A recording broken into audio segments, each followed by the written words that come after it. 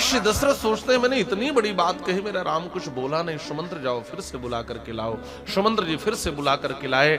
राम जी महाराज श्री दशरथ के चरणों में प्रणाम करते हैं और बैठ जाते हैं। बड़े प्यार से महाराज श्री दशरथ ने समझाया, बेटा मैं समझता हूं तुम सोच रहे होगे कितनी जल्दीबाजी क्या है, मैं तुम्हें क्यों राजा बनाना चाहता हूं।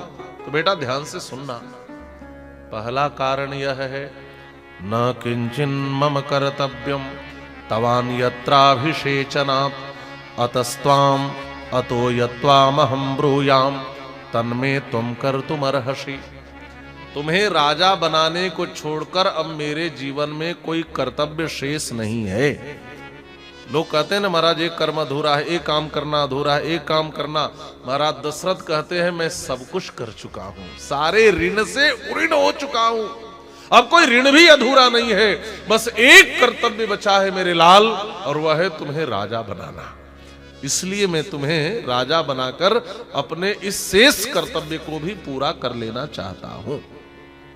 दूसरा कारण यह है अद्य प्रकृतयः सर्वाः त्वाम इच्छन्ति नराधिपम अतस्त्वाम युवराजानाम अभिषेक्ष्यामि पुत्रका।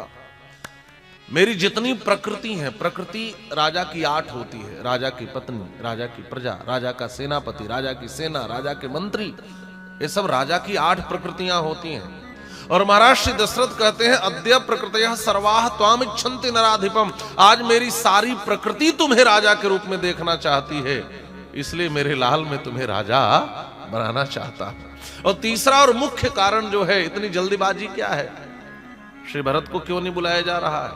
यहां तो लिखा है न तो कैकेय राजा नाम जनकम वा नराधिपः, 2 जगह संदेश नहीं पहुंच पाया राम राज्याभिषेक का, एक जनक जी के यहां और एक कैकेय देश में जहां श्री भरत हैं। क्यों?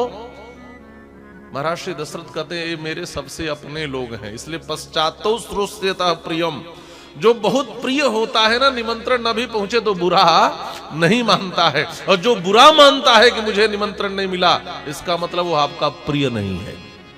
इस बात को भी आप समझ लें, वो आपका प्रिय नहीं है। जो प्रिय होता है ना, वो आपकी मजबूरी भी समझ सकता है।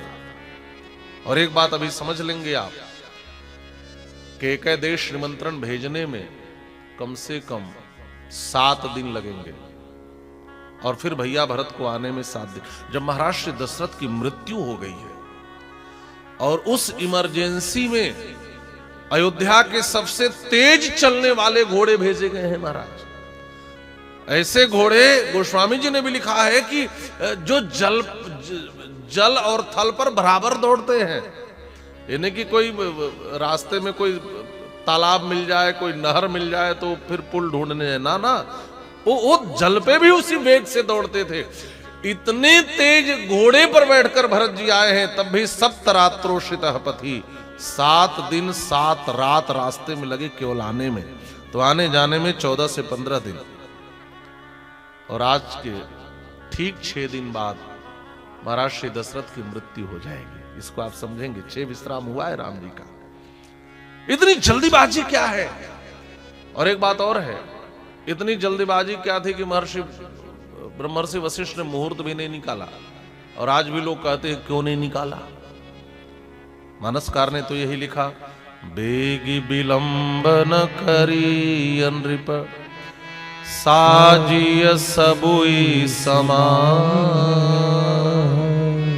सुदिन सुमंगल तबहि जब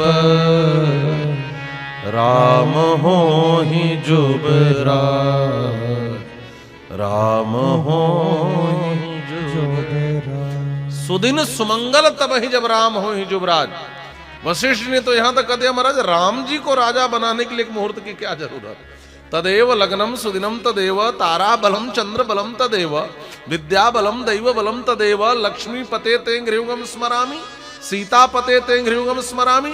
अरे जिसके स्मरण मात्र से वह लग्न शुभ हो जाता है, वह लग्न मुहूर्त मंगल हो जाता है, उनको राज्य सौंपना है तो क्या देखना।